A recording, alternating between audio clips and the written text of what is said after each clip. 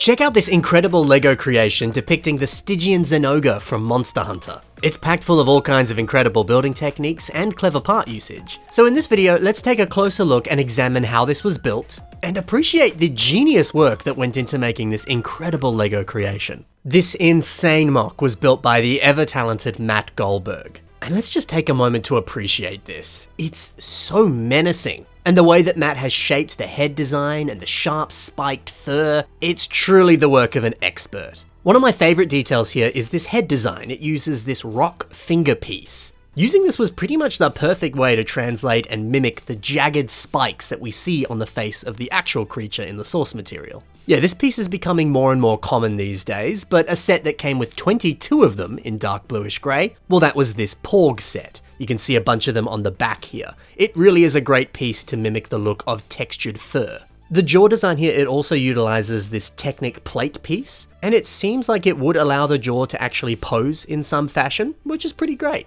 Additionally, this mock uses some of these Rakshi back pieces. Obviously, this is a piece that came on a bunch of the Rakshi sets. But yeah, using them here to really mass out the size and the shape of the torso, that's so cool. And then using one of these black dots bracelet pieces and wrapping it over the top of this area, and then adorning it with all sorts of spikes and scales, that's just a stroke of genius. The beautiful thing about these dots bracelet pieces is that they have holes on one end where you can connect pins and axles, and then of course there's a bunch of studs all along the top as well. So there's many different connection points. Plus the entire surface of this piece is that rubbery material which you can flex and bend. And that way you can match it to the exact right shape that you need for whatever it is that you're making. Yeah, dude, what a helpful LEGO piece. You know, I still find dot sets on clearance in a bunch of stores near me, so you should be able to get these pieces for fairly cheap, especially some of these bracelet sets.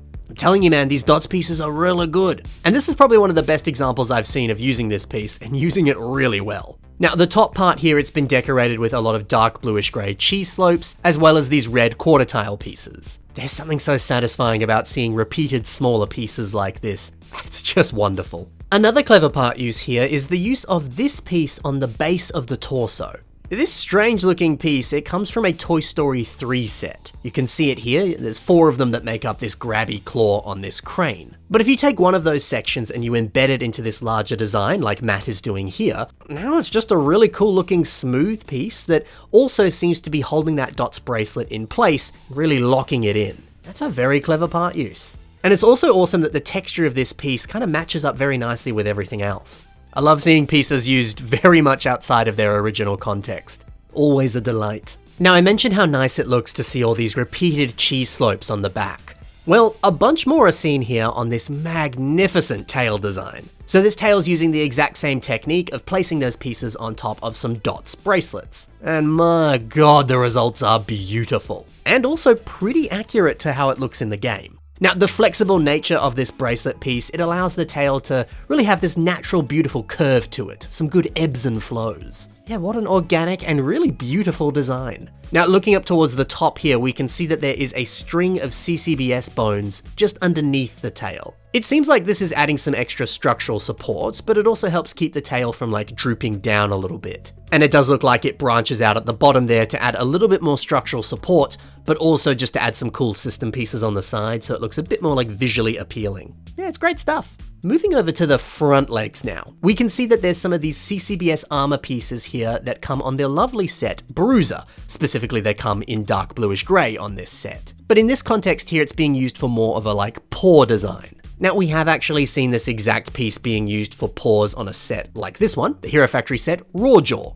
But hey, this is a great reminder that official LEGO sets, they come with some really nice techniques. Just steal those techniques and put them on your own mocks. It's a great idea. If it worked on that, it'll work on your stuff. But feel free to adapt it a little bit like Matt has done here, adding in these nice striking red Borok eyes and using them as claws. It's a great look. And then the leg area just above this paw here, that's beautiful.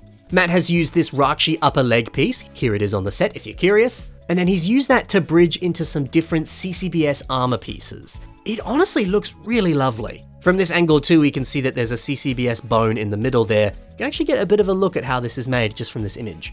And then the way that it so elegantly flows into some white fur at the back, baby, this is so cool. Now, a similar thing has been done here on the back leg. Now this fur white piece, it's seen in a few different colors in a few different sets, but if you want it in white, it came in the Hero Factory set Frost Beast. So this fur piece, it's like an S tier piece. Whenever AFOLs use it in mocks, it always looks stunning. And I love how Matt has integrated it here into this back leg. The attachment point on the back of that piece, it's like most of your CCBS add-on pieces. It's got 2 of those bar connections. So one of those bar pieces, it's attaching onto the leg, but then the top bar piece there, it's a little bit exposed. So Matt has just placed a white clip and then put a white claw on top, and it's just such a clever way to cap off that bar connection and also continue the fur textures elsewhere.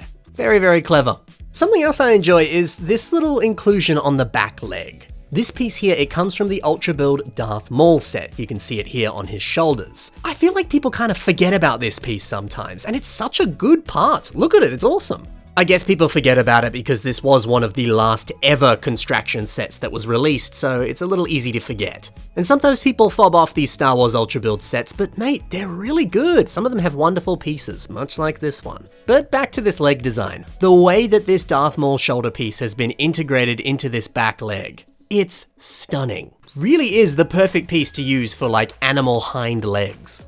The exact same piece is also used here on the front leg, and it's nice to see another one of these paw pieces here, but in black this time. And placing that there, it's a really nice way of bridging that leg into the torso. It looks really good. I've also got a small breakdown here of how this back foot was built. You know, I was lucky enough to see this in person at Brick Fair, Virginia a few years ago. And you know, if you ask permission for some of the builders, they'll happily show you how some stuff is made. One of the many joys of a good LEGO convention. Moving up to the top of the mock, we obviously see more of this lovely white fur, and if you look closely, you can even see some white rubber bands that are holding it in place. I wonder if these are just not attached at all, and the rubber bands are the only thing that's holding them in place, or maybe the rubber bands are just there to really lock them into a specific position. I mean, either way, hey, if you have some rubber bands in your collection and pieces just aren't sticking the way you want them to, that is an option. Now, a little bit below these fur pieces here, we can see some of these white feather pieces, and I think that's a nice way to change up the fur a little bit and have it more like effectively flow with the way that the body is moving down. If you want some of these white feather pieces, there are lovely pieces. They come in a variety of different Chima sets, like for example, Eris. She has some on her wings. Gotta love those Chima sets, man, great pieces. So there you go, that's a deep dive into all the techniques and the brilliant designs that have been worked into this stunning LEGO creation. Matt killed it with this mock. Some of his best work, I'm gonna be honest. Now, if you'd love to see more of Matt's work, be sure to check the links in the description below. I'll have links to his Instagram and his Flickr there, so be sure to go give him a follow, go like some of his posts, and maybe comment on some of his other stuff, and let him know just how much you love either this creation or the other stuff that he's built. The description will also include a link to this specific mock, so if you want to leave a comment directly on that, it's ready for you to do so. Well, that's all for today, guys. Thank you so much for watching. Happy building, and bye for now.